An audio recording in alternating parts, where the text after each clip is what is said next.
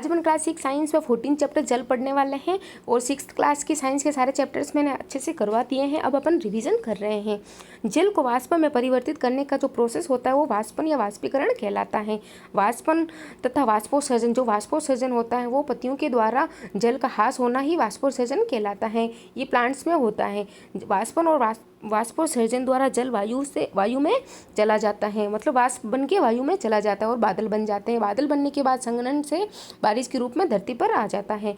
जल वाष्प जब संघनित होकर जल की छोटी छोटी बूंदों में परिवर्तित हो जाती हैं और जो भी छोटी और बड़ी बूंदें होती हैं वो बारिश के रूप में नीचे गिरने लग जाती हैं। भूमि में संचित जल को भौम जल कहते हैं, अर्थात वो भूमि में कंजर्व किया हुआ है। जल वाष्प को जल में परिवर्तित करने का प्रोसेस संघनन कहलाता है। जो भी जल होता है उसको वाष्प में करने का तो वाष्पन, और जो भी जल वाष्प को जल में परिवर्तित करने का अर्थात वाष्प को जल में परिवर्तित करने का प्रोसेस संघनन कहलाता है।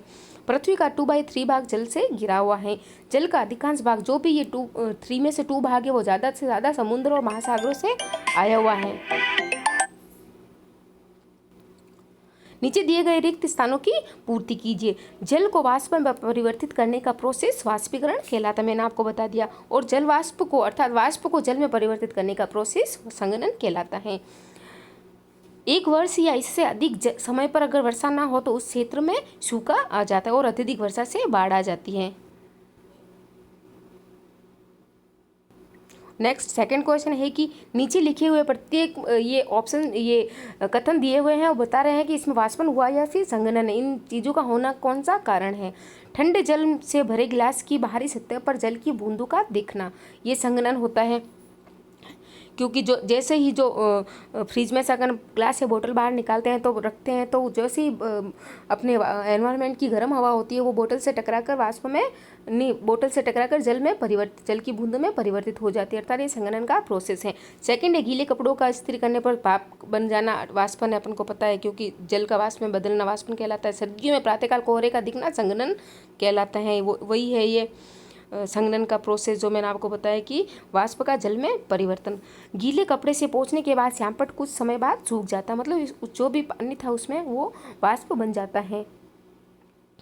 गर्म छड़ी के ऊपर जल छिड़कने से भाप का ऊपर उठना, ये भी वाष्पीकरण का उदाहरण है। निम्नलिखित में से कौन सा कथन सत्य है।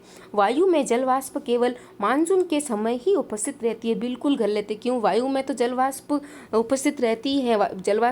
जल वाष्प से तो जंग का लगना और ये सारी क्रियाएं होती रहती हैं, मतलब अनिवार्य है। वायु में जल वाष्प, मैंने आपको वायु का कंटेंट बताया था, नाइट्रोजन, ऑक्सीजन, जल वाष्प और कार्बन डाइऑक्साइड और अन्य गैसें होती हैं।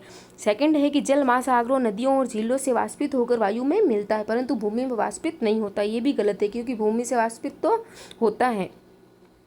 जो भी जल होता है वो नदियों, झीलों से वाष्पित होकर,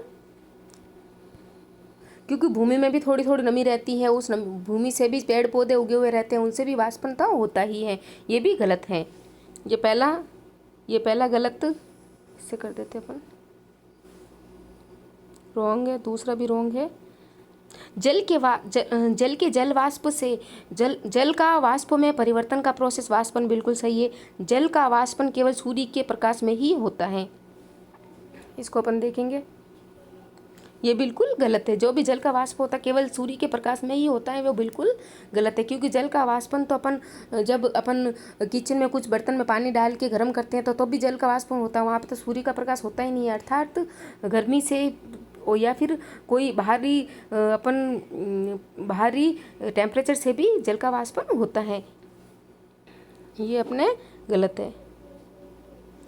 और वायु की ऊपरी परतों में जहाँ यह और अधिक ठंडी होती हैं, जलवाष्प संघनित होकर छोटी छोटी जलकणिकाएं बनाती है, बिल्कुल सही। ये संघनन का प्रोसेस है। उसके बाद जो भी भारी भारी बूंदें होती है वो बारिश के थ्रू नीचे आ जाती हैं। फोर्थ क्वेश्चन है, मान लीजिए कि आप अपनी स्कूल यूनिफॉर्म को वर्षा वाले दिन सुखाना चाहते हैं, क्या इसे किसी अंगीठी या हीटर के पास रखने पर यह कार्य में सफलता मिलेगी। हाँ, बिल्कुल मिलेगी, क्योंकि जो भी यूनिफॉर्म में थोड़ी सी जलवाष्प की बूंदें होगी, वो जलवाष्प से जो भी जल होगा उसमें वो वाष्प में बदल जाएगा और ट्रैश सूख जाएगी। एक जल की ठंडी बोतल रेफ्रिजरेटर से निकालिए और इसे मेज पर रखिए। कुछ समय बाद आप इसके चारों ओर जल की बूंदें देखी। मैंने आपको बताया था, जैसे ही रेफ्रिजरेटर से अपन बोतल निकाल के रखते हैं और बाहर के एनवायरनमेंट की गर्म हवा उससे टकराती है और जल जो भी वाष्प होती है वो जल में बदल जाती है। ये संघनन का प्रोसेस होता है। चश्मे के लेंस साफ करने के लिए लोग उस पर फूंक मारते हैं और लेंस भीग जाते हैं। लेंस क्यों भीग जाते हैं? जो अपन फूंक मारते हैं उसमें जल वाष्प होती हैं, वो ठंडी होती हैं। जैसे ही वो ठंडी फूंक उस लेंस से टकराती हैं और तो वो ठंडे उसके ऊपर फिर गर्म हवा टकराने से वो संघनित हो जाती है और फिर अपन उससे कपड़े से पोंछ लेते हैं। अब 7वां क्वेश्चन है, बादल कैसे बनते हैं? मैंने बता दिया आपको, बादल वाष्पन के प्रोसेस से बनते हैं। जो भी जल होता है वो वाष्पीकरण के थ्रू ऊपर जाते हैं और बादल बन जाता है। सूखा कब पड़ता है? जब बिल्कुल बारिश ना हो तो सूखा पड़ जाता है। कई सालों तक बारिश ना हो तो सूखा पड़ जाता है।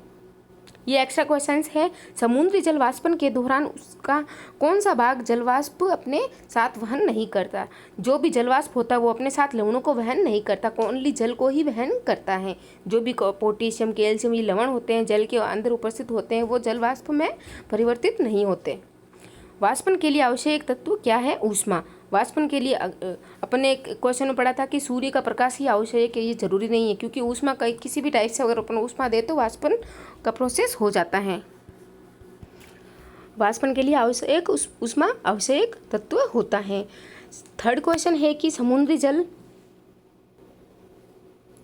के वाष्पन के लिए ऊष्मा कहाँ से प्राप्त होता है? वो समुद्री जल के वाष्पन के लिए तो ऊष्मा अपन को पता है सूर्य से ही प्राप्त होगी। जो भी सूर्य होगा वाष्पन के थ्रू ऊष्मा, सूर्य से ऊष्मा लेके वाष्पन, जो भी समुद्री जल होता है उसका वाष्पन हो जाता है, अर्थात वो वाष्प में बदल जाता है। जल वाष्प क्या होता है? वाष्पीकृत जल को जल वाष्प कहते हैं।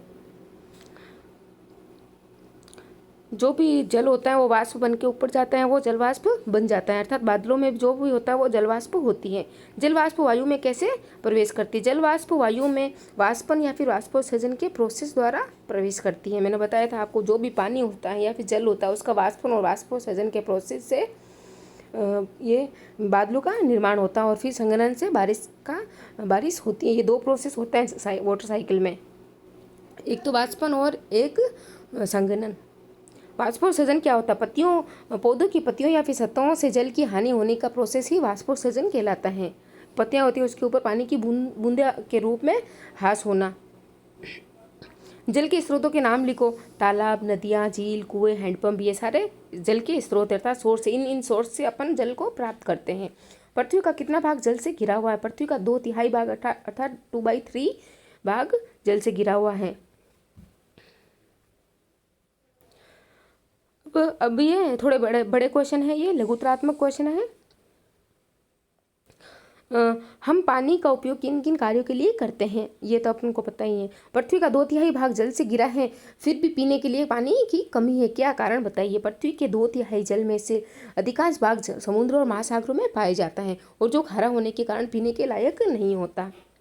जल चक्र क्या है? महासागरों और स्थलीय जल स्रोतों के बीच जल के चक्र को जल चक्र कहते हैं। वाटर साइकिल मैंने आपको बता दिया था।